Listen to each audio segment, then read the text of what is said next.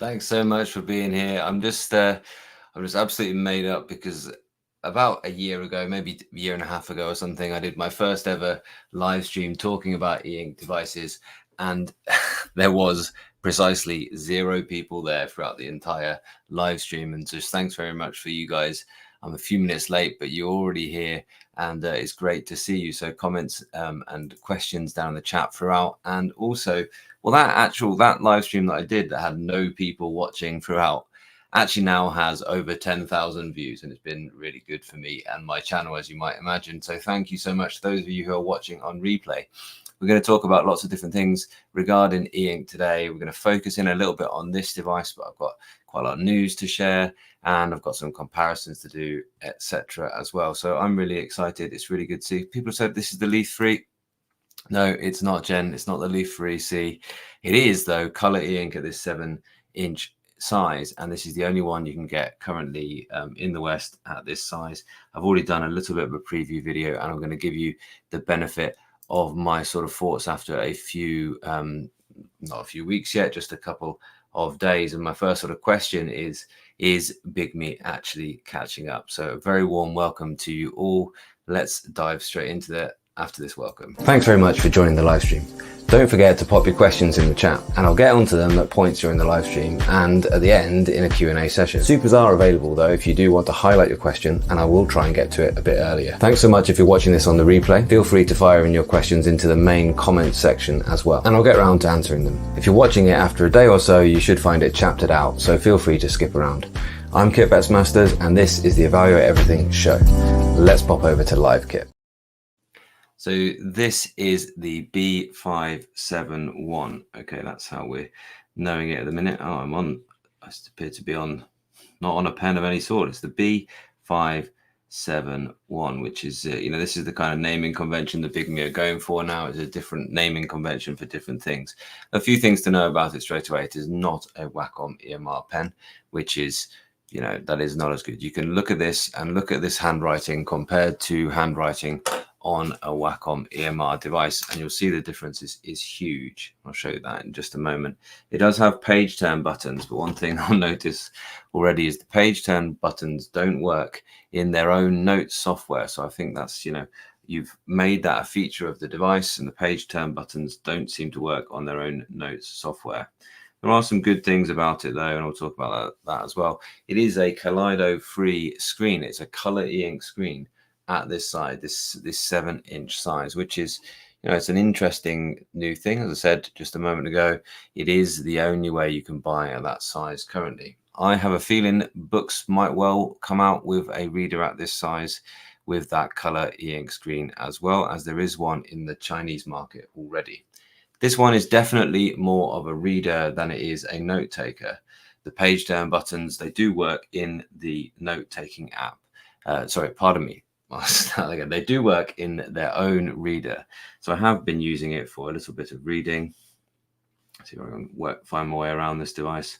If I go to my library, I've been reading this one. I've just downloaded some things here, and they do work just fine here on the built-in reader as well. I might look to actually read a graphic novel on here, because I think that is one of the things that, this sort of size of device, this price point as well, this is this is a good case for that. So I want to know what are the classic graphic novels that you might recommend. I have read Mouse. I'm not a big kind of comic book fan, so things like that, yes, by all means recommend them. But what are the classics? If I wanted to find a classic graphic novel here, what would I actually have a look at? Recommendations in the chat, please. Good afternoon to you all. It's really nice to have you here already. Good afternoon, good evening if you're in sort of UK and Europe, and good afternoon if you're over there in the States. And wherever you are in the world, let us know in the chat. I'd love to hear from you all, and any questions about this device as we go through. So I have got a few sort of thoughts that I'm going to look through that I've made on the device as I've been going. In this kind of, I've got to kind of read this handwriting. If I just make that point, if I show you the difference between some handwriting, the same idea, my sort of first thoughts on this A6X2, you can see the handwriting on here is looking an awful lot more attractive. And that is because it is just a nicer screen feel, but most importantly, because this is the Wacom EMR pen. And Wacom EMR is just the leading kind of third party that you can buy stylus technology, and I definitely recommend it for anyone. So warm welcome to you all. Warm welcome, Ariane. Great to have you here. So yeah, it just isn't the same. It just isn't as accurate. In my sort of first thoughts video, I did some diagonal lines, and it just, it just isn't up to scratch. You can see the diagonal lines are getting quite a lot of wobble there, just doing them there. And that's because this is what's called a capacitive stylus. It's battery powered. There's a battery in the back here. And actually, when you pull it out, every single time you pull it out, you have to wake it up. The front button is not a highlight button as you might expect it to be. It's actually a wake up from sleep mode button. So you have to press this button to wake this stylus up so it doesn't waste its battery. And the back button is an eraser, which is obviously that's nice to have, but you can get Wacom styluses that have that as well. Now, the reason for that isn't Bigme's fault. The reason for that is because e-ink, who make the screens, don't put a Wacom layer on a screen at this size. I don't think there is a way of getting a Wacom layer on a screen at this size currently. So generally, this is only of interest to you if you're looking for a reader at this size. However, if you're already in the Bigme ecosystem, if you've got one of the bigger Bigme devices, and we're going to have a little comparison with them in a minute, then this might be a useful companion, because at least you can add to your notes, at least you can access your notes, and you have something which is that right size for reading. And it is a nice size for reading. It is a nice screen on here. You can see I haven't got, I'll turn the lights right down. It is a nice reading screen here as well. And it has some of those issues that some Bigme devices do. Now, it does have a rotate mode as well. So I've got auto rotate on, but you'll see it doesn't auto rotate in the Notes app for some reason. And this is the type of thing, as we go through my sort of first thoughts on here, this is the type of thing with Bigme is in a book, then reading, rotating it around to hold it, your one arm's getting tired, it just rotates like this. However, let's see if you notice something. If I go forward on the page turn buttons, notice what direction it's actually going. It's actually going backwards, because although that rotate is really quite nice and it's really snappy, yeah, it happens really quickly, the page turn buttons don't actually follow. They don't follow the orientation of the actual system. So it goes forwards now, down as you would expect, but the page turn buttons, they don't follow the direction of the system. So when you rotate it, down is up and up is down. So that's quite frustrating. Of course, tapping on the screen still takes you backwards and forwards as well. Now back to my notes.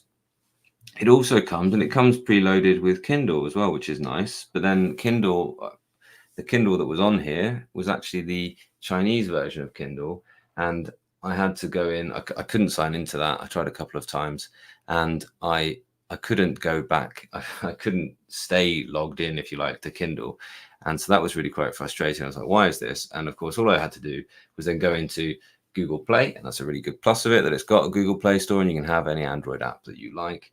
And then it worked just fine by getting the actual Google Play and installing my own version of Kindle. That's worked just fine as well. However, the page turn buttons don't work out of the box for Kindle. So that's frustrating as well. And I think there is a way to assign them, but it is, it's just that little bit more difficult. It's more difficult than it should be. The page turn buttons should, if one of the sort of things you're going to ship on it, you're going to actually pre-install Kindle on here, then why not make sure that it's the Western version for the devices you're shipping out to the West, and make sure that the page turn buttons work just straight out of the box with Kindle. I don't think that's too far. I don't think that's too much to ask for a company that's, yes, this is a great price, $230, I think is the price internationally, but it is not. It just isn't ready for the Western market like you would expect. And you can get the black and white version for $200. I'm just getting a question here about the Tay navigation. I guess this is lost in translation. Lovely to have you, Antonin, and I'll answer your actual question. Is it fast enough for Google News? Yes, let's go to a browser.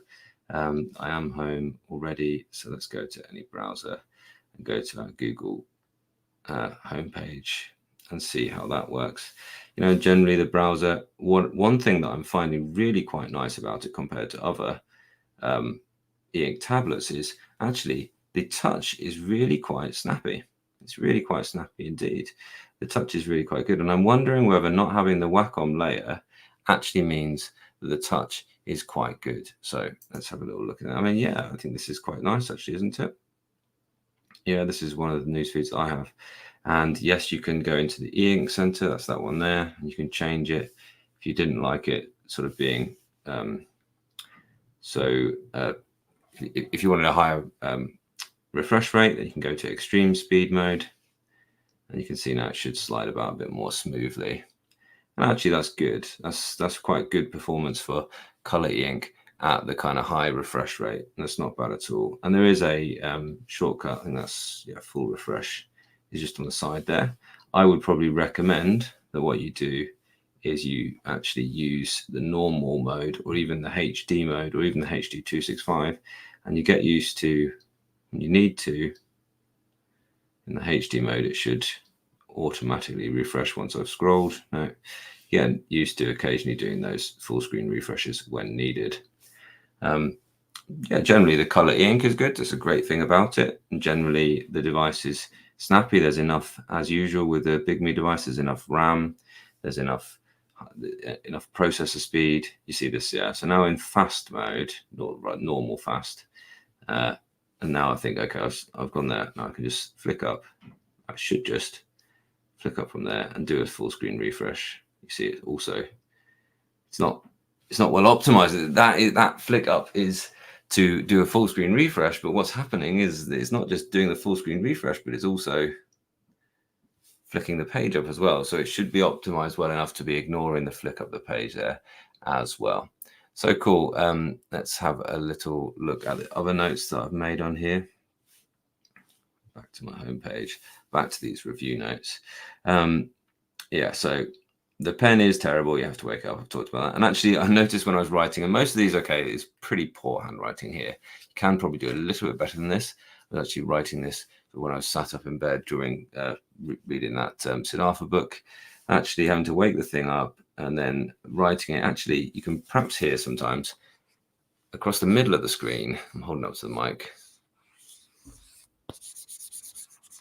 No, I'm not going to, don't think I'm going to be able to get you to hear that, but actually it kind of creaks a little bit, kind of like there's a creakiness across the screen as well. I just don't think that this screen was ever intended for note taking. However, if it's the right size, if it's the right thing for the color e-ink and you need an occasional bit of stylus input, maybe that's acceptable. And there's that reason, for some reason the notes aren't rotating. The touch does feel good though. Maybe it's more responsive for not actually having that extra Wacom layer as well.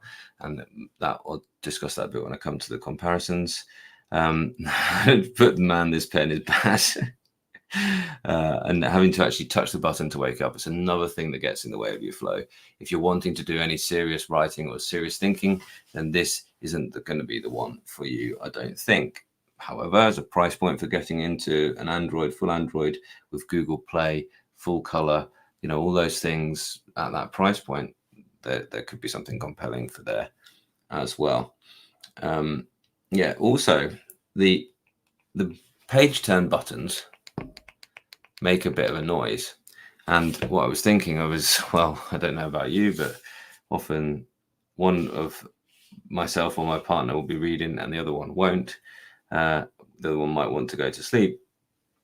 Is actually that if you were using those page turn buttons, then that would be annoying in the silence, you know, of the night to hear that click.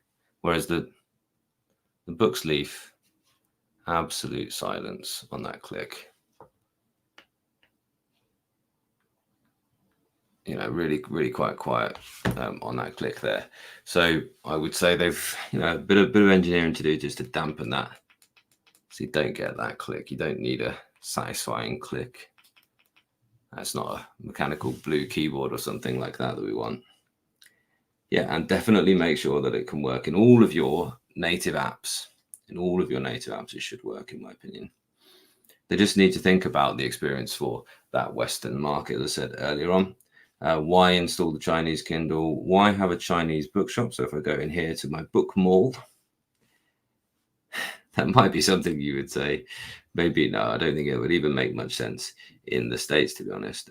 Bookstore, but you can see straight away, look, there's nothing aimed at me here. Just they need to port things. They need to spend time to actually make sure that it's ported for the market that it's aimed at, because these things aren't cheap. This is one of the cheaper. Oh, that's something that I haven't seen it do before. Let's come back now. That's fine. But there we are. So there was a crash there, but it hasn't completely gone.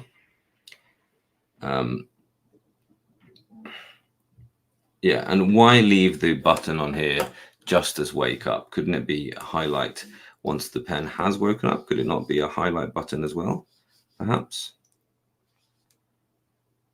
Yeah, it's just the pen is going to be a nuisance. Yeah, I've talked about that. Auto rotate, but it doesn't rotate for the Notes app.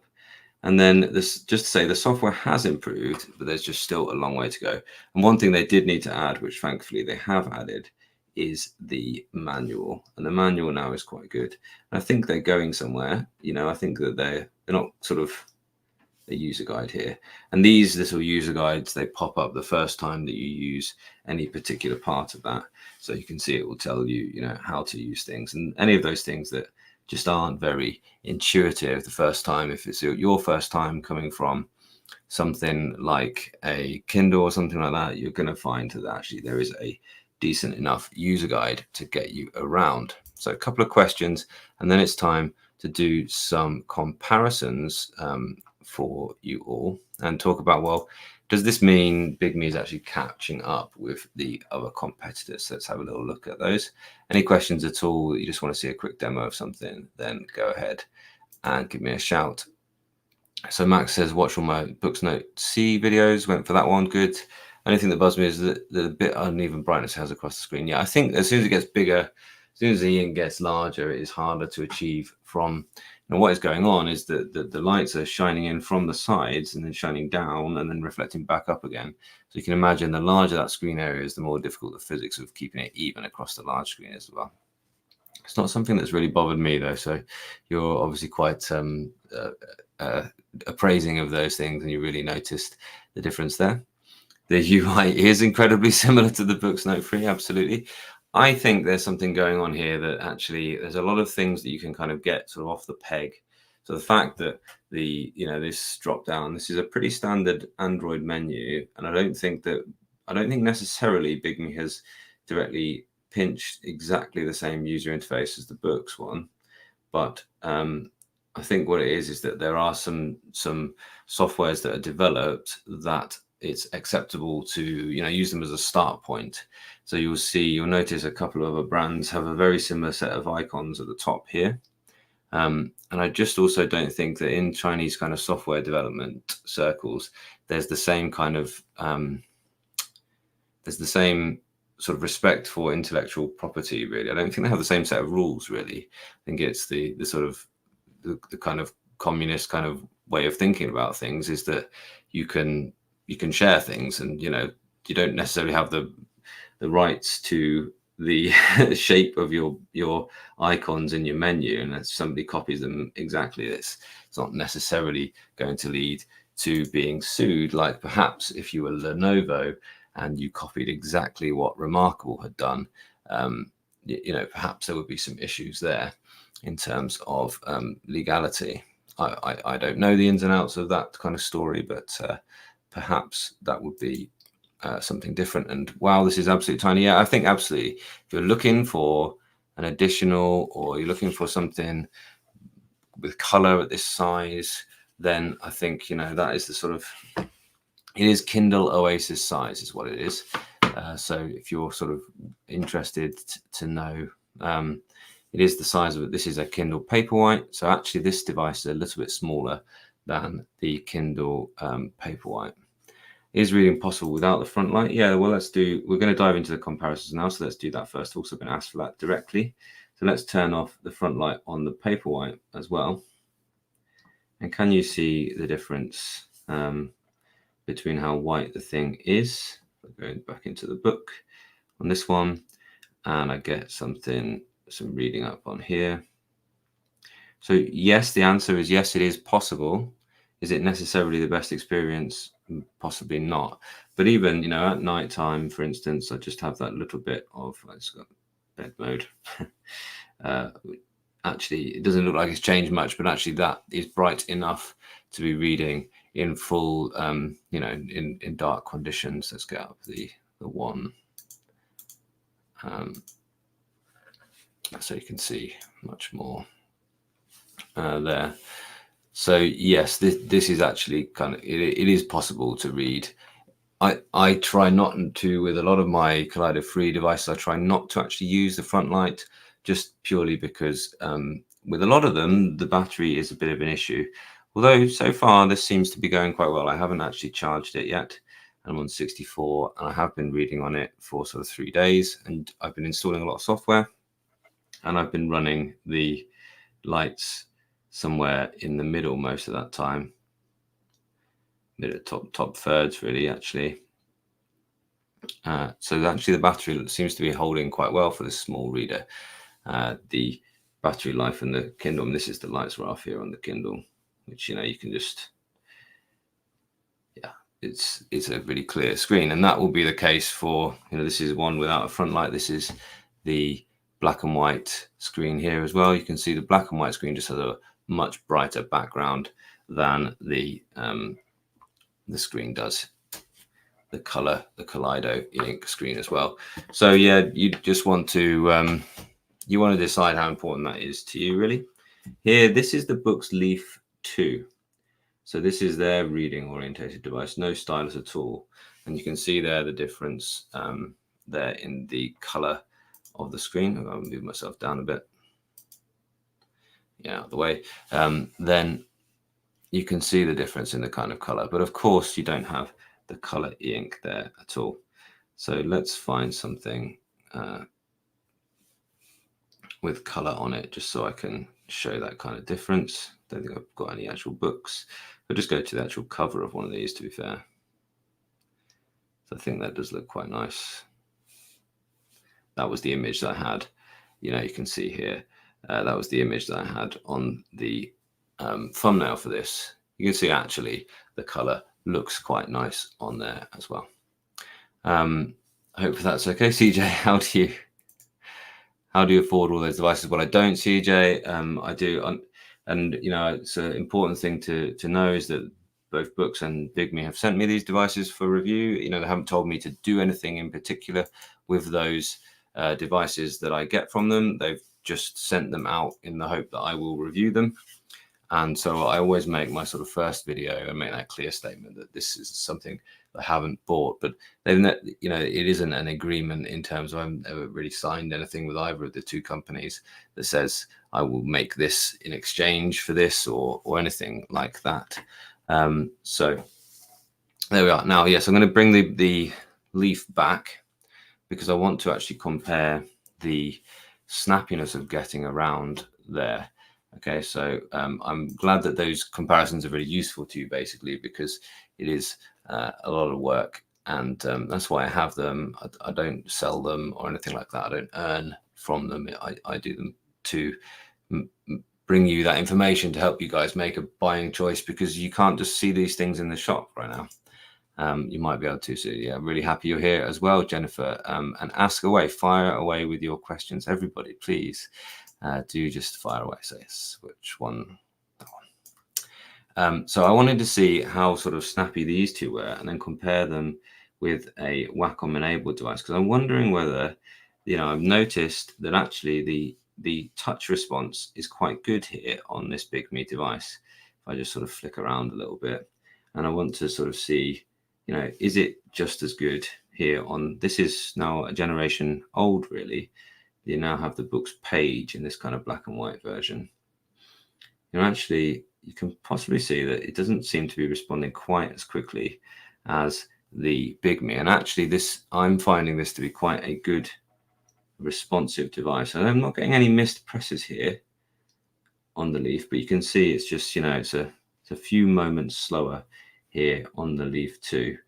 But maybe I am right that actually the actual touch response, it is quite good on both of these. But if I bring in something that has a Wacom layer now, so I've got the books device here as well. This is the Tab Mini C.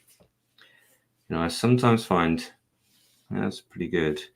I sometimes find that devices with the Wacom layer and ink devices in general, you're just sometimes thinking, there's a little moment there before you sort of respond to the touch. And this is fabulous. This is doing absolutely fine.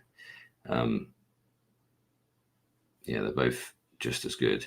But I'm really, as I said, for a small device here, I'm pretty impressed by how it's handling sort of response to touch.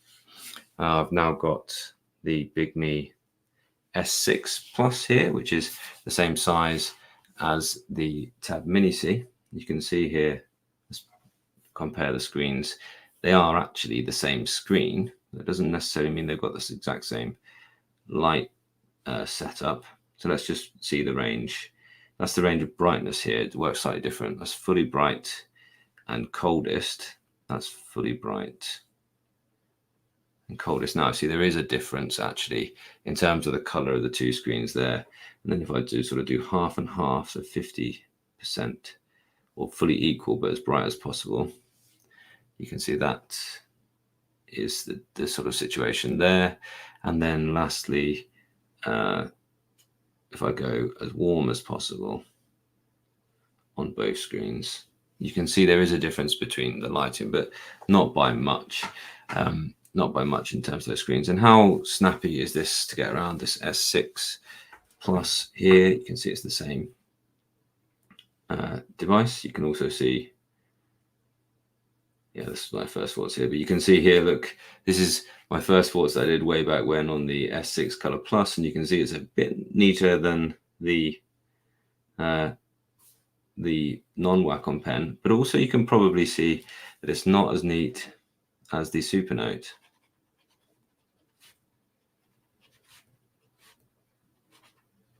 And there's something about that Supernote screen and the ceramic nib, which just makes it really quite excellent to write on. They do a really, really good job. But just to go back and compare what you are missing with the Wacom by not having the Wacom here on the small one is quite a big deal, actually.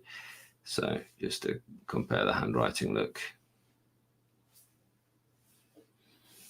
Yeah, it's quite a big difference, isn't it? Should I try and write as neatly as possible on here just to see how that really comes out?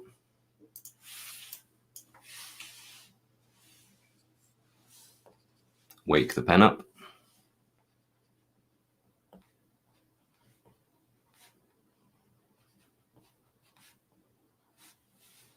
It's hard as well because it's kind of skidding around. Yeah, so it's never coming out as neat as that. And then just to do the sort of complete that comparison that was requested, incidentally requested that I go through the comparison with the larger and the other kind of collider-free screens and see if there's any difference there. Let's compare the two Bigmes. Lights right off first of all. You can see some difference actually. It looks slightly darker here. It's slightly greener over here as well. So there is subtle differences. I guess probably the layers above.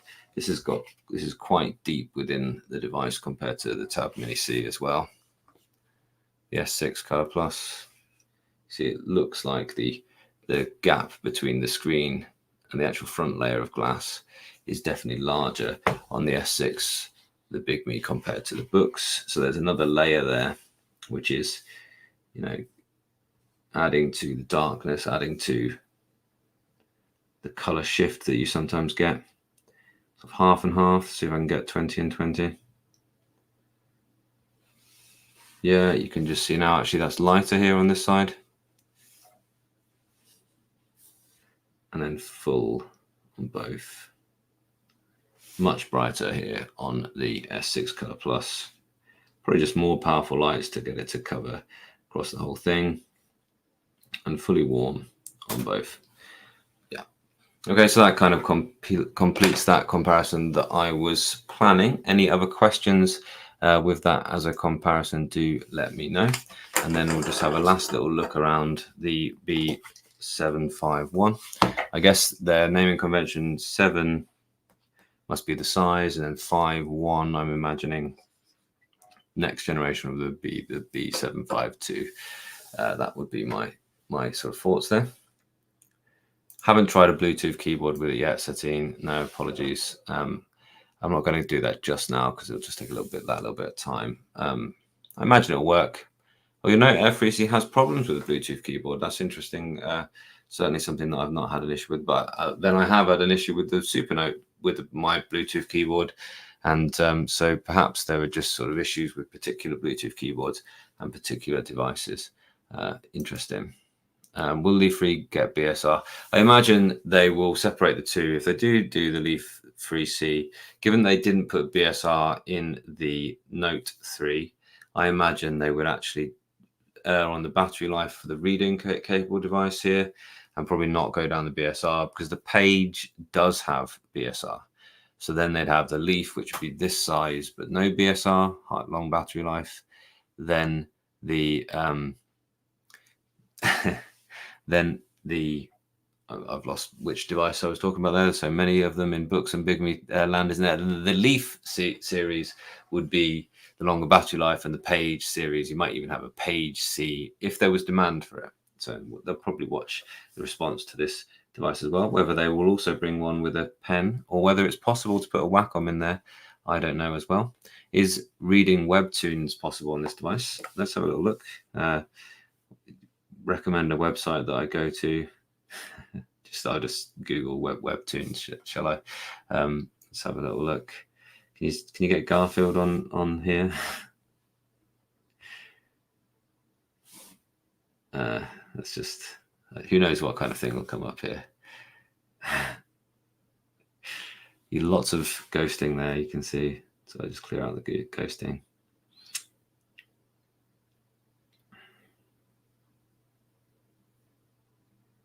I know because I'm in news, aren't I? So it's, that's why it's doing that. I'll just go to a new tab, maybe.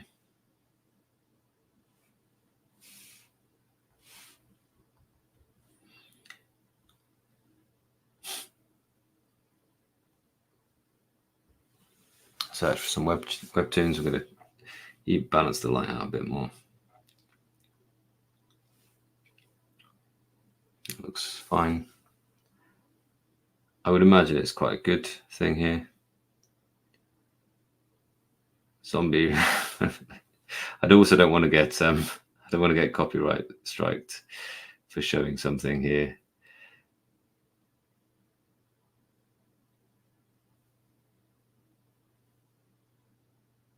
I don't know what I'm clicking on here, to be honest. I'd rather read the website, please. Looks like it might be okay, to be fair.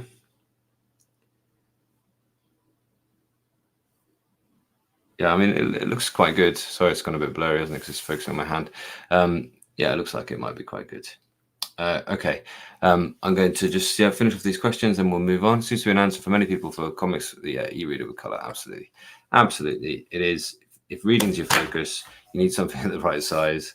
I'll get the S6 out next door to it as well, because they're the cheapest way into color is via Bigme. You can see the case isn't great for getting it in and out. Just wanted to sort of show off what it looks like as well. It's quite a plasticky finish, a little bit of grip here for your hands. It's quite nice. I quite like the around the edge. It's quite attractively finished there. It does have a TF card slot as well, so you can expand the storage quite a long way there. You've got the page turn buttons, all which do scroll in the browser. That's quite nice. Yeah. I don't know whether that will work there.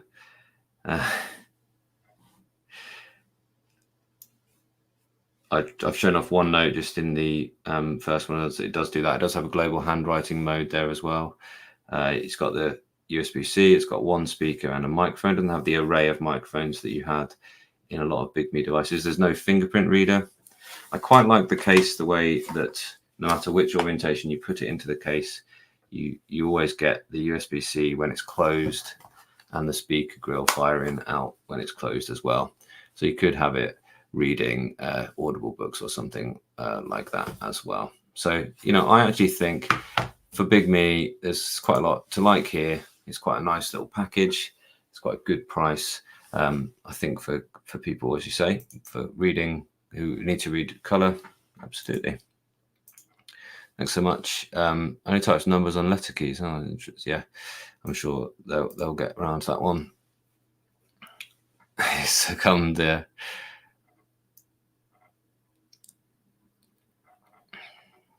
You can do the ordinary annotations on Kindle books on the Android app. You can do whatever you can on an Android app, essentially, but you can't handwrite those and those. You can't handwrite those annotations like you can on the Kindle Scribe. So there's that. We're going to look at some news shortly. I'm just going to the last couple of things on this. Yeah,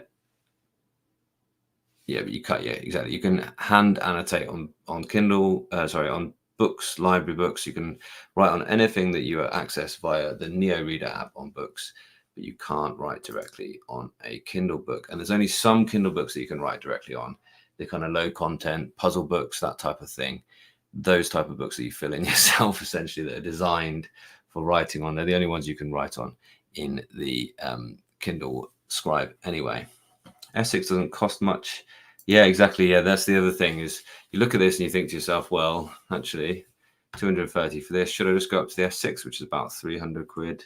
Or should I then, I'll get this, should I go up to the Inknote Color Plus, which is just under 400 quid, I think. And actually, but this is a bit heavier. There's one thing about it. It's, feeling that now. It's considerably heavier, really, than the, it's more chunky as well than the B751 is. There's nothing wrong with it. You get the page turn buttons on the case, but they have the same issues as the page turn buttons on the B751 as well. So yeah, the S6 Lite, could be a good choice for both of you. Supernote pens work on the books note. Yes, they do, but you wouldn't want to do that because you could scratch the screen is the kind of point there. Is there a way to sideload a Kindle book into a note app on the books? No, not if it's DRM and Kindle only, but if it is is it Mobi? Yeah, it's .mobi, isn't it? Is that is the format of a Kindle book, so you can put those and you can read those. So if it is one which doesn't have rights and encryption on it, yes, you can read that on the books thing. Right, I'm going to pause with the questions and I'm going to go on to my little news segment that I've got lined up for you. Just some things really that I have noticed and wanted to bring you and discuss and hear your opinions on it as well. So I'm going to share my screen and we're going to start with Lenovo's interesting thing that they launched they've launched very recently at MWC, Mobile World Trade Show. And it's this thing.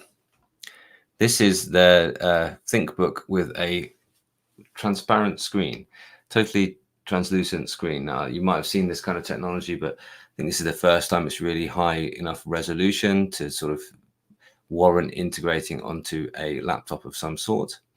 And it's a concept laptop. It probably will never come to the shops in this kind of way, but this is what they're bringing. This is what they're showing. I don't think it seems to be about eye care for them. It's more about sort of showing what can be done. It's more also, I think they're thinking about it, the screens being in places and being either less intrusive or like taking up a position in the room and having information displayed on them. And where I've seen this type of technology used is at the front of display cases. And, you've got a thing inside the display case, and then in front of it, the center of the screen might be free, so you can see the object which is on display, and then there might be information which you can interact with, and it's information which is more dynamic around that. So, you know, in museums and things like that, where there are interesting artifacts, you could show interesting diagrams, or labels could change depending on the context and whatever the user is asking for about it. So it should be quite cool. Whether it's going to take off for this for a laptop, I doubt, actually. I don't think that that's likely to become a use case for everyone. I have seen it. I've seen some videos and some other articles of people actually using the thing, and it does look good. You know, it does look quite interesting, but I don't think that it's more about, look, we can do this at this point, rather than I see it as being much of a really positioned yet for it in the market, and they're interested to what people think about it. So I'm very interested to what you guys think about it. I don't think it's about eye care. It's not like the eZai monitor, which was using ambient light to actually light the screen, and that's about it. Not a screen not being brighter than the surroundings, because some people find their eye strain comes from, well, the screen being brighter than the surroundings, or just a different brightness to the surroundings, and that makes it difficult to be focusing on that. Whereas you don't get it from paper or e-ink so much, because they're using the ambient light. This is more about this whole spatial computing thing, and this is kind of Lenovo's kind of question. Actually, should we be looking for goggles that we're going to strap to our faces and live with these things on our faces, or actually spatial computing? Is it more about a screen being in a space, and that screen being a kind of permanent fixture in that space, that information comes and goes on that thing as well? You've seen this type of thing being used on privacy glass and on the front of fridges, for instance, so you can sort of light the fridge and find out what's inside without having to open the thing. You know, it could be that it actually, you know, the dates are displayed and changed on the front of the fridges, those type of things. I'm going a bit off on one at this point as well. What do you think about that? Any kind of any interest at all in that as a laptop that you might buy? I wonder. It's about spatial computing, I think, rather than it being particularly about eye care, though. eZai, however, they're a company that are focused very much on eye care, and they have a new product which is currently on an Indiegogo, I believe, and you can go to their ezai.com. You get this page currently. Now, eZai made it wasn't a totally transparent screen, but it was a transmissive LCD screen which used backlight, but from the ambient lighting situation, and I've got some videos on that as well. And eZai are bringing forward this product, which is the Radiant, they're calling it, and it's a transflective screen, it's being called. So transflective meaning the light has to go through it and then reflect off it and come back through the pixels to light that up. Now, my experience of LCD or RLCD, I've got this next to me here. I'll light it up again for this show. This is the Sun Vision Display RLCD monitor, which I'll make myself larger for that for a moment.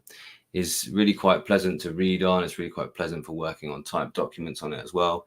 You see it looks quite well. That's the thumbnail for today's thing there, and it works brilliantly in very bright daylight conditions, and at night you have to have some kind of other lighting solution, like I've got this light shining directly on it. And to go back to where we were,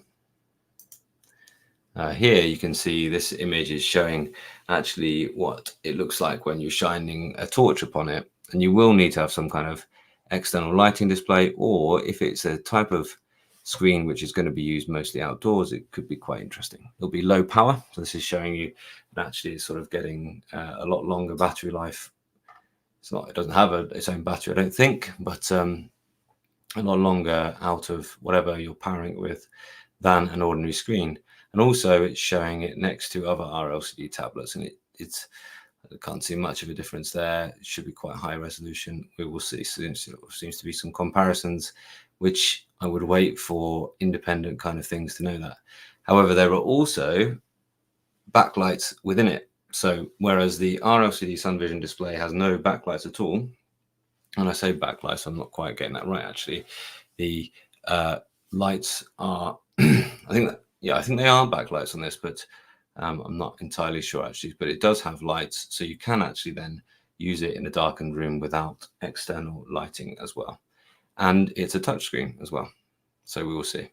I doubt it is going to be the highest response rate for professional gaming, but for light gaming, it will work that as well. And it shows here a little animation of how that's going to work. So again, is that something that's interesting to you guys? Let me know. Next, I want to talk a little bit more about the Rabbit R1, and I made a video talking about the future of tech and saying that there's a place for these e-ink tablets, and there's a place for something like the Rabbit R1. There's a place for apps which are really fun to use, and there's a place for this, I think, which is trying to get rid of apps entirely and say you don't need apps anymore. And the Rabbit R1, I just wanted to bring you a little bit more detail there, because I've since sort of found some more details about it. Really, it's interesting, the design of it. It's designed, the way it looks is designed by a company called Teenage Engineering, and they're the kind of go-to people when you want to make a product really stand out. They've made the design for the Nothing phone recently, you know, and they go for these kind of like childlike, retro designs. And they've made this obviously really bright, so it's capturing people's attention just by it being this kind of big, bright orange thing with these huge buttons, and very little in the way of user input in terms of the buttons. A few little custom hardware features it has is you've got that press to talk button on the side, which it showed. You also got a shake to open the touchscreen keyboard and type commands. So if you shake it, then a keyboard will appear on the side. You've also got the scroll wheel to navigate things, and this single camera, which is not going to be a very high quality camera. The camera is not really for taking your snaps that you're going to keep, although you can take photos on it, I'm sure, but it's for it being able to see and look at the environment and give you information based on what it can see there. Then it's the scroll wheel can navigate through these cards that are going to appear on this screen, and that will also let you interact with the large action model. It's a kind of like graphic of it as well. You'll be able to double click it to activate that rabbit eye, and it's motorized, so it will come forward and backwards as well. It's behind glass, you don't rotate it yourself. But the things I wanted to talk about, the large action model, they've talked about what is it good for at this point. I'll zoom in a little bit on this so you can all see the same list as me. What is it working really well for? It's working really well in English and it's planned, and it's improving in these different languages as well. These are languages rather than what it's, this is what I was looking for here, yeah. It works really well for these functions. So search, music, rideshare, food, vision, I'm not sure what it means by that, generative AI and translation. So it should work really well for you to be able to say, like, order me this pizza or find me and book me a table at this place. What is it improving on is exploratory. You know, they're saying it's not quite the best experience, but it's being worked on, some exploration. You might have to work with it a bit and let it learn your kind of expectations for things like travel, AI enhanced communication. So I guess that's like writing your emails for you or writing your text back and things like that. And note taking. So, you know, that's a big use for, I know you guys in the audience are very interested in that type of thing. Was it planned for point of interest research, reservations and ticketing, things like that? So things where you have to, I said reservations earlier on in food, didn't I? So it seems to be good for ordering the pizza, but not good for getting you a table. And these might be more things that are still handled more, less, with less automation at this point. You know, reservations, most restaurants still are mainly picking up the phone and booking tables that way.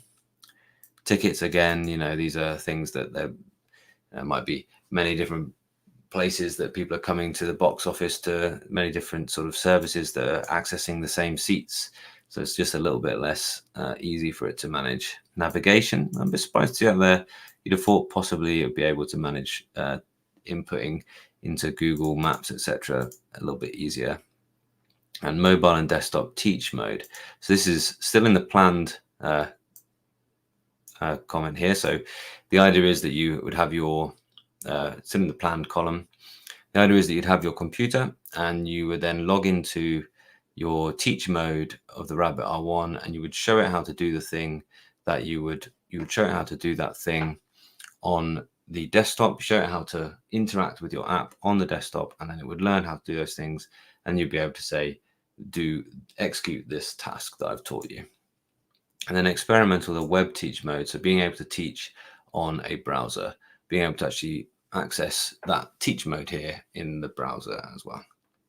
Cool. So rocking on with the next, so we've got a fair bit of news and things to discuss here as well. Now, a similar kind of vein to that, I really noticed this recently. This is, I think, it's a Lithuanian company that have thought, well, your smartphone is bad at being friends with you. I don't know how many of you were really thinking your smartphone was your friend, but what they're meaning by that is like AI can actually improve that interface with your phone. And what they're saying is that let's design this thing, which is a little bit more like just a speech bubble, something that like you interact with just by chatting with it. And it's looking at giving you reminders, things that are in your calendar. It's looking at interacting with your friends and your kind of, giving you a digest of your social media, rather than you sort of scrolling and being lost on it. It's really about like save you doom scrolling, save you just spending time looking through this thing, but instead interacting with the phone itself, interacting with this kind of AI kind of landscape as well. Now, one thing that this kind of caught my eye is because along here somewhere they talk about what should it be like. They say it should have an e-ink screen. So, and there's this kind of flow mode here. So you can have this flow AI mode, and you can swipe across, and then you can be in app mode. So it's kind of like the best of both worlds. And I think we're really considering whether our addiction to the kind of slab of chocolate smartphone is really here to stay. And these guys, is a big company here working on this thing, a way friendlier phone as well. And I'd love to hear from any of these folks if you want to have a little look at this thing. I think the actual product is some way off. These are their sort of initial designs. It's quite cute though, right? So I can imagine this with a color e-ink screen. Could be quite nice. And a camera on the back, just a fun little device. Okay. And can I see a place for this next one? This next one is the Gemini, which is a dual e-ink screen. So this would be two screens of the Bigme and the Tab Mini C size. So let me show you what sort of size that would be once it had been opened up. In fact, that will give us a really quite good little analog of that. So it'll open up to being this sort of size. I just solo that one. And yeah, actually you'd have that kind of strip on the side here, and you'd have the two screens that would fold to be the same size as this. So that, I think that could be quite an interesting one, and I'm here for this one. I'm interested. I'm not sure this is going to be the answer to everyone. This is the IF Design Award. It's won this design award here, and you can see they've got some interesting design choices with this little rotational thing here. I guess it's kind of home button, some more physical buttons than normal. You've got all of the battery and everything will be in this little section here, and then these screens will be as flat as they can make them. And then you get this kind of idea, it can fold up to be a bit like a laptop, although typing on anything flat like that is usually an absolutely terrible experience, so I wouldn't see it for long typing like that. Then it also has this interesting pen, and I think that it's going to be a Wacom EMR pen. I certainly hope so, although that doesn't look like one. These are still early design kind of drawings. But if it was, that would be ideal. I don't think it would get very far without, as I've kind of demonstrated what capacitive screens are like. But these are two 7.8-inch e-ink screens.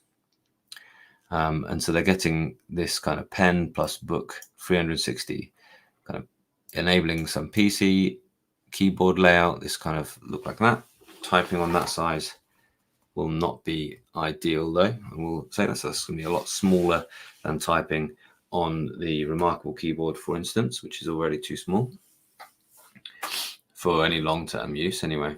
But then it also adds this kind of pen microphone module, and that microphone module could clip onto your shirt, onto your lapel.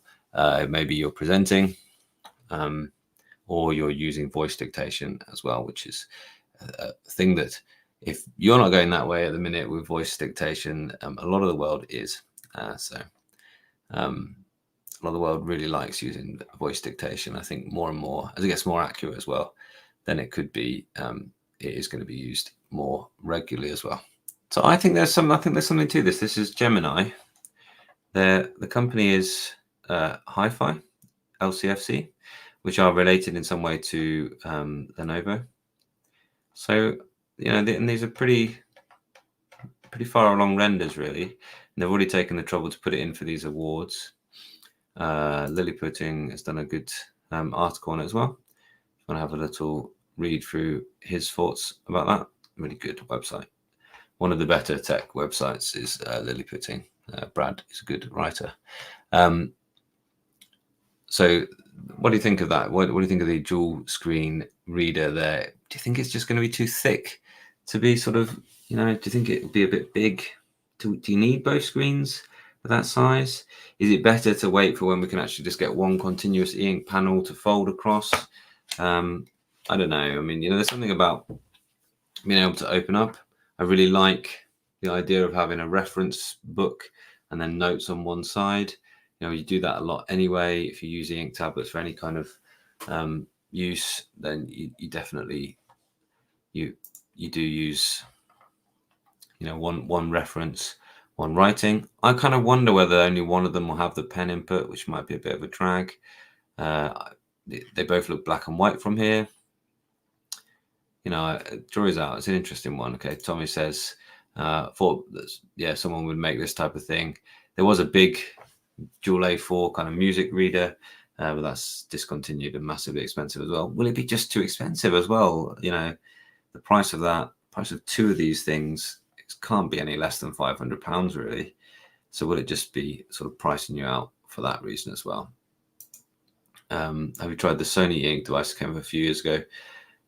Which one was that? There's been quite a few Sony ones. I suppose you mean the DPT2, the digital paper 2. I haven't seen that one itself, no, but I did have a digital paper 1 in the guise of a QuirkLogic paper, which was really good, except it was a capacitive stylus, so they had that issue with the writing that we talked about earlier. When do we get books Tab-X color? Need A4 one, yeah, for my eyes, for reading PDF. Absolutely agree with that as well. Yeah, interesting. Help because in school you have to synthesize information from multiple sources all the time. Absolutely. So you've got one source on one side, one source on the other. It's not just going to be about having this kind of 2-page up view all the time. No, it's going to be more about exactly having apps open on different sides. I think absolutely it is. And I can't see this as a use case, although I could see a use case of having the thing standing up and having an actual keyboard with you that you could pull out. And here they're showing that kind of, some kind of reference document here on the left and some kind of writing on the side as well. And yeah, so the Sony device was too large and too expensive. And then there's 2 more items on the news front here. So the Bigme, Bigme, this is something that was actually reasonably interesting to me. So the B251, which is the, it sounds like it should be smaller than the B751, right? But no, the 251 is their large e-ink screen, and that is reasonably exciting to me. I'm looking forward to giving it a whirl. It is, think about this screen here that I've talked about briefly as well, the RLCD from Sunvision Display. I've really liked having this here, so having a reflective panel there will be really interesting, I think. This is obviously that reflective LCD, so you can use this for a lot more things like videos, etc. It is a rest for your eyes when you get the lighting right, and the e-ink panel will be similar to that. I think that you will need to get the lighting right to get the most out of it. I will be really interested to see what working on a computer on a large color e-ink panel is like, working on Windows on a large color e-ink panel is like. And it's come off the Kickstarter, and it is now available on the Bigme store. You'll find a link to the Bigme store, but not particularly this page, in the description as well. But I might add that after the show is finished as well. The Bigme B251 is going to be, you can have it as an all-in-one PC, which I don't think I'd recommend really, because the all-in-one PC will have some hardware that will get dated pretty quick. They have, do they list out what the hardware is in terms of the PC? It must do. But right down here probably. I think I remember it being a 12th generation Intel i5. All the way down here. Yeah, 12th gen Intel Core i5. So that is already 3 sort of generations old now. Okay, no, they're on the 14th generation now. So 2 generations, 2 sort of years old already at time of release. It's i5, so it's not the best computer that there is out there. But basically what that is a inexpensive mini PC strapped to the back. And I don't know how much sort of independent Bigme software that you're going to get installed on there to get the best out of the screen. You know, it'd be nice to have it, convenient, but I would probably see it as being an external monitor for you're already using the PC you're already using. Really, it does have a nice big size. So 25.3 is sort of the size of these 2 monitors in the room, a little bit smaller than this one, I think is the size there. And resolution, they're calling it 3K, but it's 1800 by 3200. So good, not quite. Yeah, that's better than QHD, isn't it? Because QHD is 14440. So yeah, it's pretty good. Yeah, absolutely. That's what I would expect it to be. You know, it's, as I say, mini PC sort of stats. The thing is, what's the difference in the price between the two?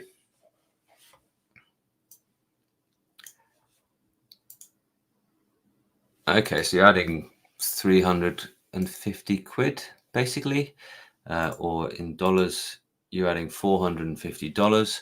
So you could probably buy a similarly spec'd mini PC, probably a slightly better spec mini PC actually, and stick it behind the thing. And then you could at least replace that in the future a little bit easier. But it might be quite nice, might appeal to some people to have the all-in-one monitor or the all-in-one PC as well. Yeah, it's good resolution. Absolutely, it is. Absolutely agree with that. So yeah, and it says we're starting shipping in March. They've already shipped from the Kickstarters. They've already shipped the first batch. I think the second batch is on its way. We haven't seen a lot of this. We've seen a couple of videos coming out, but we've only really got the Bigme videos currently. We haven't seen it in, you know, really used extensively. We haven't got a lot of opinions. It is not going to look like that. I can tell you that for free. It isn't going to look as good as this all the time. These are renders. These aren't, you know, it's just not going to match this. But it will look like this Kaleido-free screens that I've been demonstrating here as well. I'm interested. They're one of the first people to get to this point.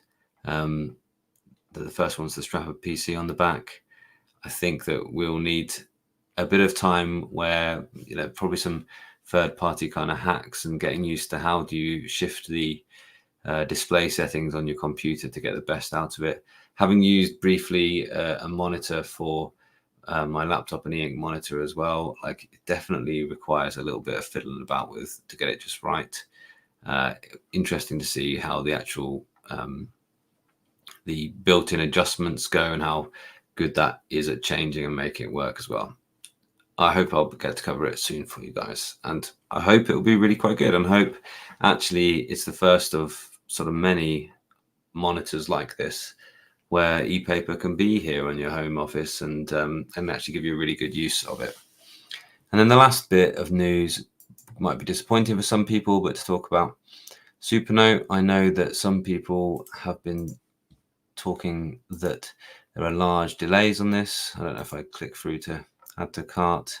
Yeah, they're on pre-order still with the Nomad now as well. So the Nomad has been really popular, and Supernote are not the biggest company in the universe, and they aren't managing to keep up with the expectations and the interest really here.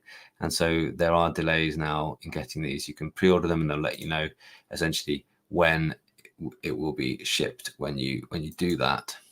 And the bit of news that I wanted to cover was the A5X has always had this, or recently has had this little splash. They are sold out. They're not adding any more A5Xs. But when you ask why well, now it says we're waiting for the A5X2, the successor. And now they're saying end of the second quarter. And before that, they were talking about March and April. So end of the second quarter, we're now looking at June time for the A5X2. So let me know what you think of that. Some people I've put that on a community post as talking about that delay there. Some people are still wanting to wait for it. And I think I would be in that camp, honestly. If I was thinking of buying one of those right now, I think I would certainly be in that camp. But some people are saying, no, that's just too long now to wait.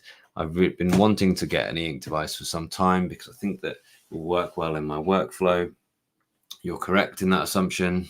And you're going to go for maybe the Kindle Scribe or the Remarkable as a stopgap. I think that could be quite sensible, actually, because if you decide they aren't for you, well, Amazon have very good returns policies, and Remarkable has a very good returns policy as well for a 100-day trial. So that is something you could do. 100 days would almost take you to the end of Q2, wouldn't it? So you could possibly try out a Remarkable until then.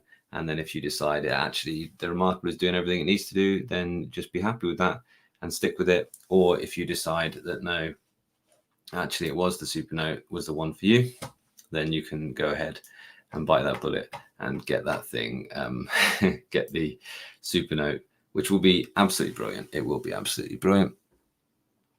And some people just decided, no, do you know what? I was umming and ahhing between that and the books, and now I'm just going to go for the books, the Note F3 maybe, or the Note F3C, or even the Tab Ultra C Pro, and going to commit to that device because it is my current sort of best e-ink tablet. And honestly, I don't think objectively the A5X2 is going to sort of depose that one. It could do. It is a fantastic device. And we'll talk a little bit now about Supernote and books again, because I think there are some more interesting things to say about that based on my more recent experience. But I think in an objective sense, books devices are just so capable that for many people, you want an e-ink tablet. Many people, I think, that is still the one to go for. So luckily, if you go to my top 10 e-ink tablets video, then any of the top 6 are absolutely excellent, and all of the top 10 are good. So buy with confidence, really. Definitely go there. If you're disappointed by that weight, definitely go to that top 10 video and check it out. And they're all good, and the top 6 are absolutely fantastic. Okay, I'll look for a few more of your questions if you have any more for me. Then I have just a few more little bits of e-ink to discuss and little comparison to make. Again, I'll bring out the Remarkable and a little bit more discussion there. So any other questions though, then do fire in some questions about the things we've discussed there as well. Here, if the screens were as thin as the Remarkable, I probably preferred that over the Note F3C because of portability. Yeah, absolutely. That would need to be the case. And the screens themselves can be quite thin on e-ink if you don't have a front light. So the reason why the Remarkable is so thin is because of the front light. But actually, if it was just screen and you saw a lot of the compute was down the side of that, you could actually do quite well there and keep the actual leaves of it to be quite thin. As long as the ink tech and the drivers don't go open source, closed PCs such as Bigme are off the record. Closed drivers are a niche category, not a good idea for longevity.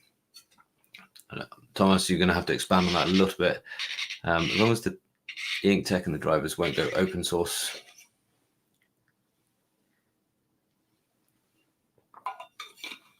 So, I see. So yeah, you would rather see them have open source so people could add to and develop and work on the drivers so they get better for the ink. Good to see that.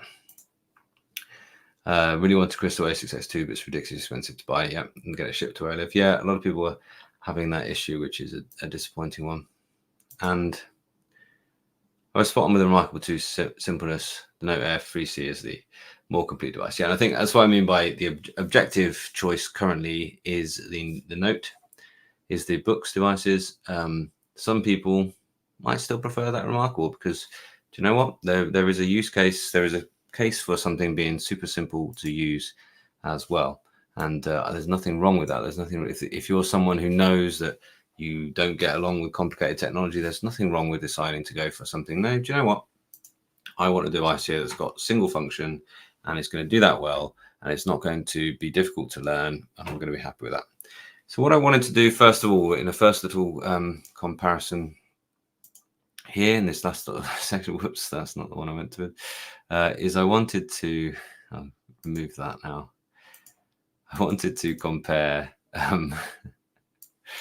the Feel-Write 2 screen and the Remarkable screen. So the Remarkable has for a long time been one of the very best for writing feel. And I want to ask, what do we think is the best thing for actual handwriting feel now that this, and they're both on Wacom EMR. This is handwriting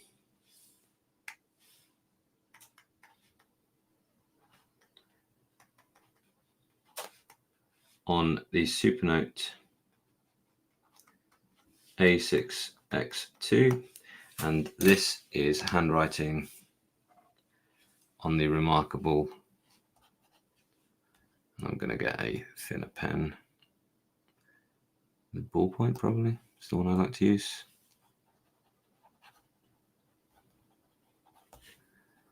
On the Remarkable 2.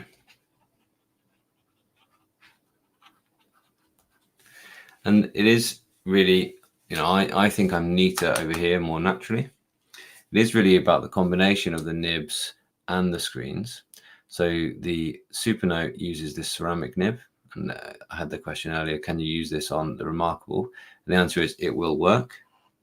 But if you press hard, you could scratch that, or you could damage the nib. And this is a kind of felt, I think they make them out of cardboard. That's always what I've presumed. Nib here. You can see this wears down, but the Supernote 1 does not. So the Remarkable nib wears down, but the Supernote 1 does not. And I still think I stand by, oh, no, let's scroll down to, I still think I stand by that this feels like pencil on paper. And or even if not pencil on paper, then like a you know, a felt pen. The pencil tool is still really cool.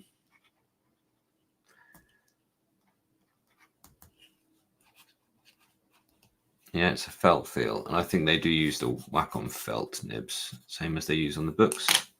And this feels like a ballpoint pen.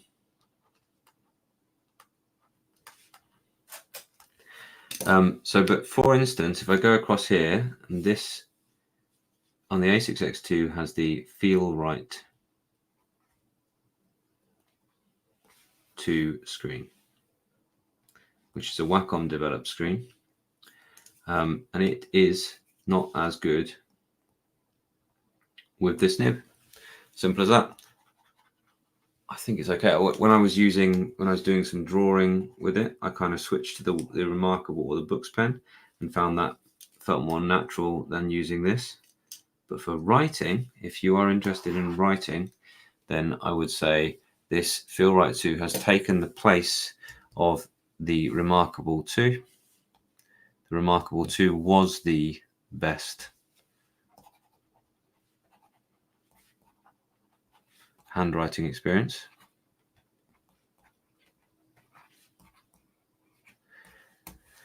Although it must be said that the Sony DPT-2 is famed for being quite good as well. You can currently get one of those in the what's it called, the Fujitsu.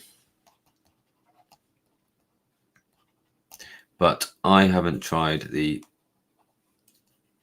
Fujitsu. I can't remember what it's called off the top of my head now. Quaderno. I think Gen 2 they call it. And that apparently has a really good writing feel as well. So I think personally that the Feel-Write 2 screen has taken the place there. It used to be the Remarkable 2, but I also think that it is the combination of the Feel-Write screen and the ceramic nib.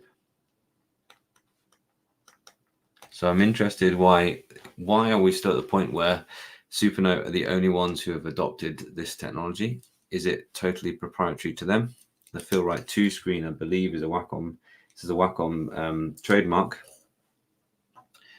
So on their website, Feel-Write 2. So who knows? Interesting one, I think, as well. Let's have a little look at a couple more questions. Workflow with a combination of handwritten notes and type notes. Yeah, absolutely. Yeah. I think with handwritten notes and type notes, well, certainly Remarkable are trying to get that workflow in there with the keyboard as well.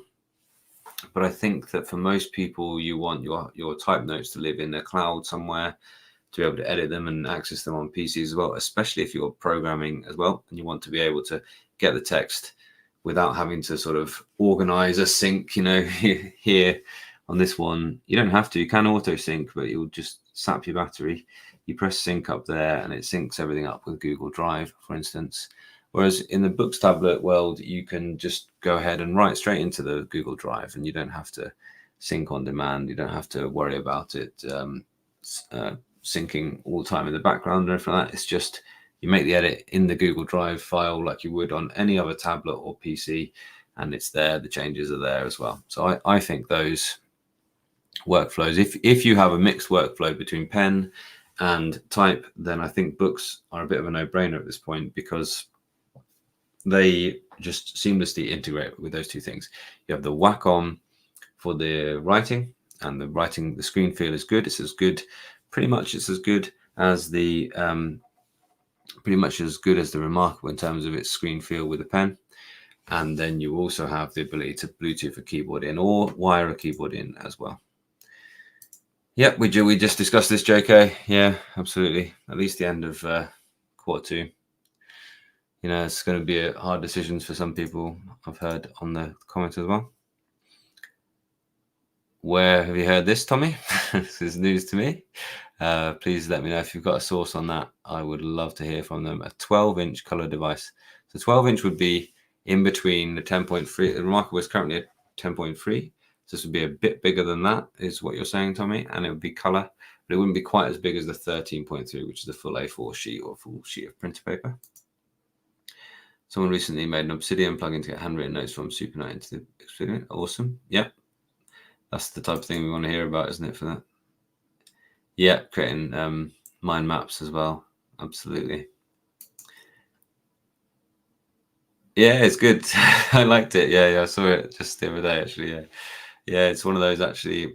Dune was a bit slow to get started, but Dune 2, it was good. It had a slow bit in the middle, but generally, great movie. Really enjoyed it. And good to go out to the cinema, which I don't do enough. Another thing that I just wanted to briefly talk about was my sort of reading progress, my little challenge that I've put myself through. And my wife thinks I can't read 2 books a week, basically 104 books in a year. And somebody questioned me on this and said, no, look, Kit, you can't say that you're reading 104 books unless you're physically reading them. So, okay, so fine. I guess I mean consuming 104 books, because yes, I am using a lot of Audible, because it's just the only way that I can have any of the time to, you know, do all the things that I do. I've got 2 young children. They take up a lot of time.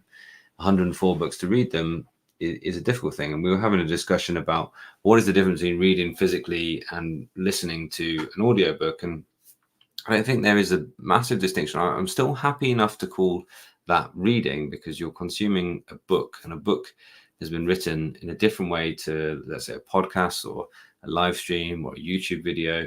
Book is, you know, or even an article of any sort in a magazine. A book has been written to be a self-contained kind of unit with a line of thought from first page to final page. And a book, that it should be of a much higher quality than those other things. And certainly, I've spent hours planning this live stream today, and I've spent hours and hours and hours researching it and finding out and thinking about all my sort of conclusions about these devices. But a book is more than that. It's much deeper than that. And I've got a few projects, books that are almost kind of finished, and it's just like, and they need much more. They need days, they need weeks, even though they are full size and they're manuscripts that have got enough words to publish, but they aren't done yet. They're going to take revising and polishing and making absolutely right. So consuming 104 books is still, I think, a pretty high aim and a pretty lofty challenge really for me. But one of the things I was thinking about the difference between actually physically reading and listening is you're less inclined to sort of pause and think, oh yeah, that reminds me of that thing, and actually I could use that kind of idea in this part of my work, or I could I could use this idea in my creative thing, or actually that's a different way of thinking about something that I hadn't thought about. You're less inclined to sort of think, oh, what does that mean for me, when you're listening to something. But actually you can just press pause and do that bit of thinking. And actually what I do, if I'm at a point where I can't write something down, well, I press pause and I open up Otter and I transcribe my thoughts, and I actually make that little note to myself, and that's really quite good as well. So I do think that consuming 104 books, even though I think it's going to turn out the majority are going to be audio books, probably 2/3 at least will be audio books in the end. But who knows? I'll get a bit more leisure time in the summer, and I'll try and fire through some actual paper books and more Kindle and things like that. But what have I read just recently? I'm just going to give myself 30 seconds, if that is okay for you. Thanks so much for watching. Just watching the majority of videos, or watching all the way through videos, is an amazing way that you can help out with the channel. So thanks so much for sticking around through this live stream. I hope you find it useful and helpful. Let me know though if there's anything that you want to see more of or less of. Don't forget that by hitting that like button is absolutely free, and it does send a message to the algorithm that this is content that people find valuable, and therefore it will help it to spread to more people. So please, before we jump back into the live stream, just scroll down a bit and press that thumbs up. Let's go back to Kit live. So I think I'm on 13 so far in this year, and we've got, I should be on 16. I've got 2 months. I should be on at least 16, so I'm a little bit behind. I was really, through January, I'd done 9, I think, and now it's been a bit slower. I read something that was really quite long, Mythos by Stephen Fry, which was okay. Like, it was good to just go through all of the kind of Greek mythology and Roman mythology up to a certain point, and it was well written, but it wasn't astoundingly well written. It's not like Madeline Miller, Galatea, which I read recently, and I read all of her stuff. All of her books about that, and Galatea was a really interesting one because it's kind of feminist standpoint on the Pygmalion myth, which I thought was excellent. Just straight in there with her characters. Stephen Fry, interesting, but it's like a really extended episode of QI. Really, some really interesting anecdotes in there as well. And I also read Outliers and the Subtle Art of Not Giving a Flip, which is Mark Manson, and they were Mark Manson book, not all that great, not all that illuminating. Outliers, excellent. And I'm currently just finishing off 10x is Easier Than 2x, which is Dan Sullivan. And also, I think since I spoke to you last, 7 Spiritual Laws of Success I've read, which was absolutely fantastic. That's one that I'll revisit as well. So there we are. That's the reading thing. So I'm a bit behind the schedule with that, but I'm going to pick up the pace again soon. One more bit which I wanted to talk to. Yeah, it's this. This is a really hard thought at the minute. I've been using the A6X2 for some time at work now, much more than I normally do a device, because there hasn't been much in that's sort of changed my sort of focus at this point. I've been using this, I think, now for over 6 weeks. I must be on my 7th week, 7 weeks at work. and I'm absolutely loving it. I'm just loving it because I've got my planner, I've got my contents, and in my school, I've got my PDFs that I need, and it's just so focused. And yeah, I can do all this on the books device, but I'm going to stop now. I'm going to stop using it. I'm going to use the black and white Note Air 3, and I think I have to a bit. I'm not really sure that I really want to. So that's an interesting one to really think about. Not that there's anything wrong with the Note Air 3, but I think currently at work, I'm just really liking the way this is fitting into my workflow. And so, last week's live stream with Vladimir, we talked about the device that is next door to your laptop, and the Note Air 3. I'm going to do it because I'm going to, I need content for a long-term review of the Note Air 3 because I think it's an excellent device. I do think I'm right in saying that objectively it is the better device even. But, there's something really just dragging me back here. And I've made comparisons where I've talked about the head versus the heart, like this is the sensible choice, the books device, and the heart is saying stick with the Supernote. And even every time I go back to the old A5X, then, so I don't know. What's your thoughts on that? That should tell you something. These two devices are currently, I'm finding, the most popular ones, there's the most interest in them because they're really compelling, both of them. Going to the black and white one over even the Note Air 3C, where the Note Air 3C was so good because you could use such a range of apps.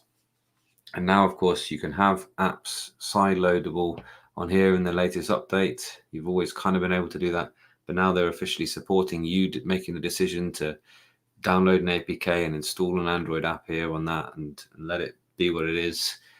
There's really interesting things there as well for the future of the Supernote platform. Yeah, watch this space. We're going to have some really interesting times to come, I think, here. And the question is, okay, and I did this on my my first video about it. This live stream began talking about the Bigme, smaller still look, B751, and I think I'm at the point where I'm not going to actually drive this as my daily driver at work, which is my normal way to test out e-ink devices, because it's just too small and to be my planner really. And I'm probably not going to live with this handwriting at work as well. So I'm going to read on this. I'm going to make this my little reader, finish off the things that I'm going to do. Thanks for a couple of book recommendations coming in there as well, which I want to see. Yeah, I won't try that as my work use. I don't think it's too small. I think the pen won't be good enough, but I think I will focus on it for reading. And my next bit of time I'm going to spend with the black and white Note Air 3 and bring you lots of things about that as well in the near future as well. So look forward to that, unless something else comes in the door that I have to switch to. So let's go ahead and just finish off by having a little look at your more comments that you've added here as well. Earlier on, I did the comparisons with reading without the front light. That was useful as well. Oh no, I've gone too far back. My apologies. That we have done that one. People talking about creating mind maps on e-ink. Absolutely. I've done that one as well. Okay, so Goodreads is the source. Do you mean good e-reader, I suppose, or Goodreads themselves?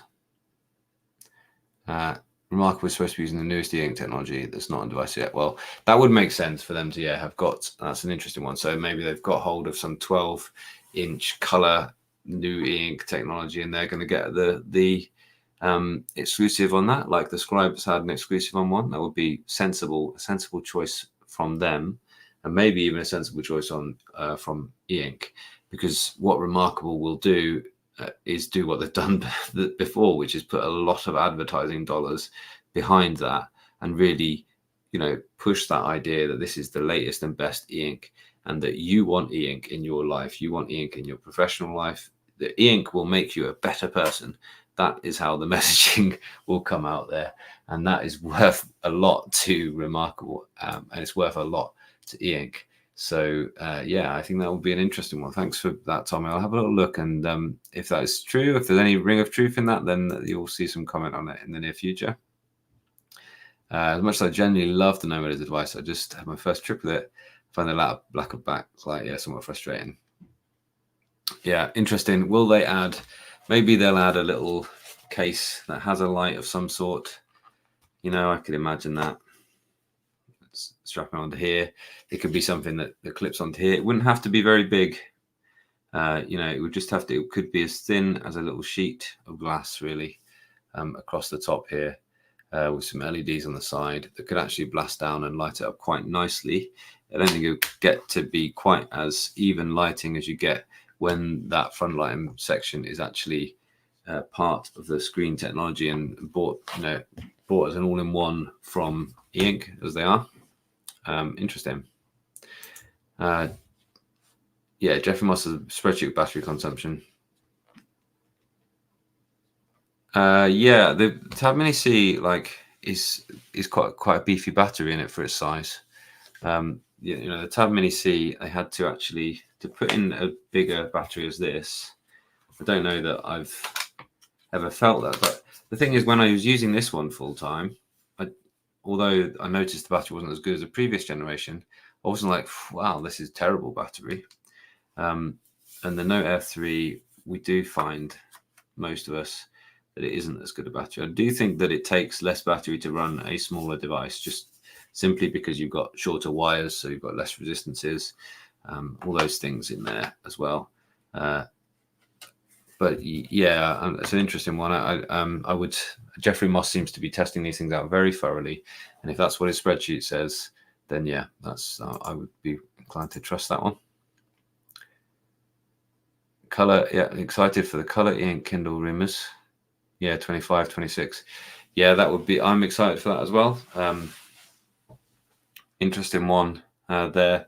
Perhaps that discussion of we've just had between exclusivity between them and Remarkable might be interesting. Perhaps they don't want to cannibalize their already, the sales they're doing as well. It was interesting to have a year where you didn't have any new Kindles at all, which we did last year. Whether that means because they're just trying to back their device, the Kindle Scribe, or whether actually they aren't going to go down that as well. Who knows? Interesting. Yeah, just hope that's 300 dot print, but no. almost done. I have several friends that spent years with audiobooks and they don't plan to leave the format yet. They speak wonders about how it's the experience for. Yeah, I think it's a different experience. I think it's a different experience, and I think it's just sensible to be able to choose which type of book you want to read in which type of way, really. And that's one thing that I'm noticing. One thing I'm learning as I'm doing this 104 books in a year is that there are some books that I want to read on a small reader like this, and yeah, so any recommendations of graphic novels to read on color e-ink would be really, really useful for me, please. That would be an interesting one as well, or a black and white reader like the Kindle, or actually paperback. And I've got some paperbacks by my bed that I'm really enjoying getting through as well. Is there anything that I should check before buying a secondhand device?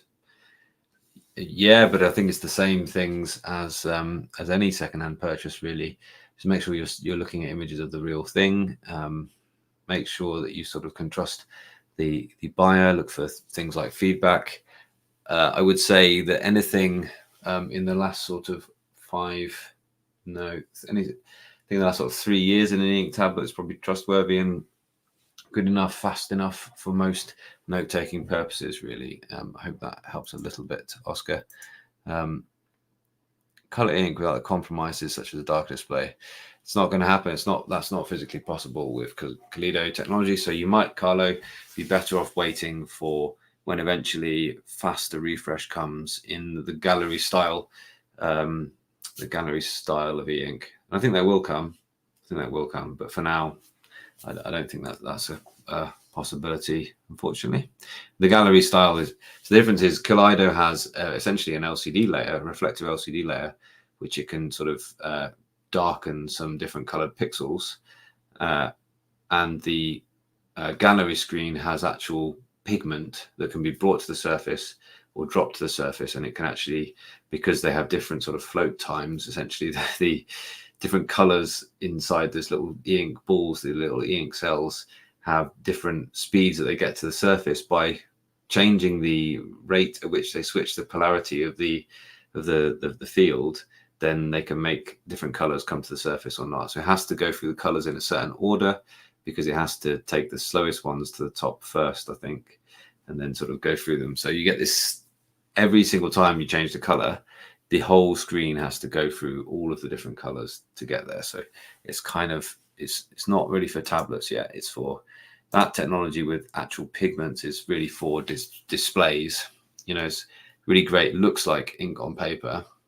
So it's great for displays. It's great for art in galleries. That's what it's called, gallery, rather than for tablets. Thanks. Appreciate having you here, Robot Adventures. Thank you very much. Yeah, Oscar's here too. Yeah, exactly. Yeah. I think the second-hand Note Air 3C will be a bit of a no-brainer, really. It's ready to go. If you can get one at a good price, thank you very much. Try it by, I will put it on my my spreadsheet.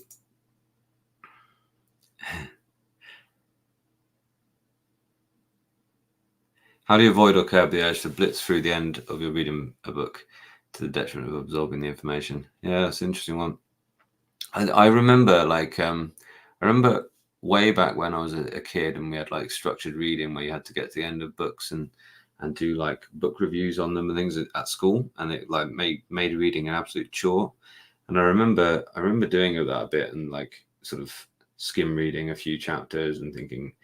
And then like there was a point when I was about maybe 15, 16, so what a waste of time, and I'm not willing to waste my time on that. And then shortly after that, I read the Iliad when I was like 17, and just absolutely loved it, and just decided, no, that was worth taking my time over.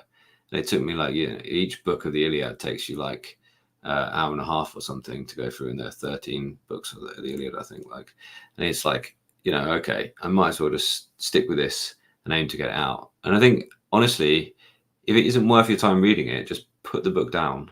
Just don't bother finishing it. Like, don't feel like totally obliged to finish a book. If you've decided it's not worth the actual time it takes to read it, just change the book.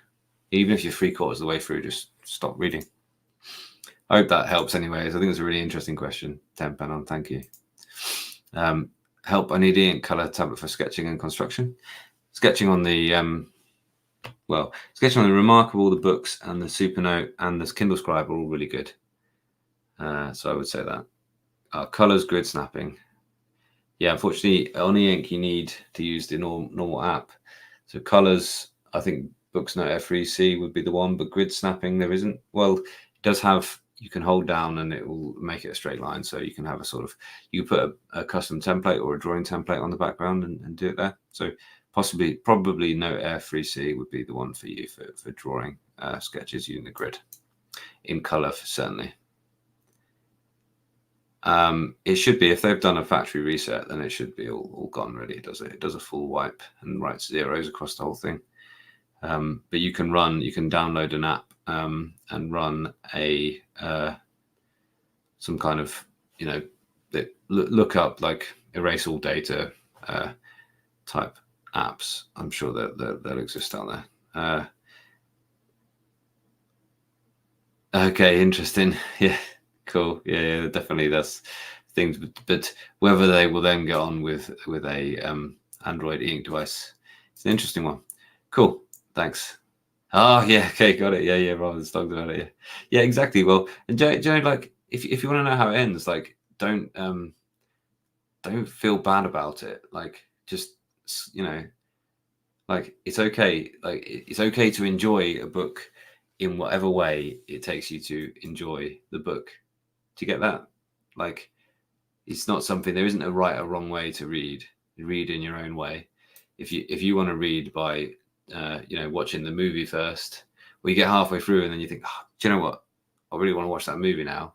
And then you actually read the second half, you know, they're like, that's absolutely fine to have found out how it ends or read a synopsis or something like that. I don't think there's anything wrong with that.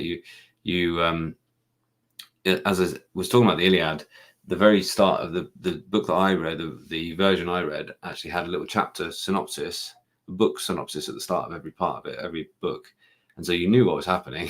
And you kind of needed that because the poetry is so dense that you're not really sure necessarily what's always going on.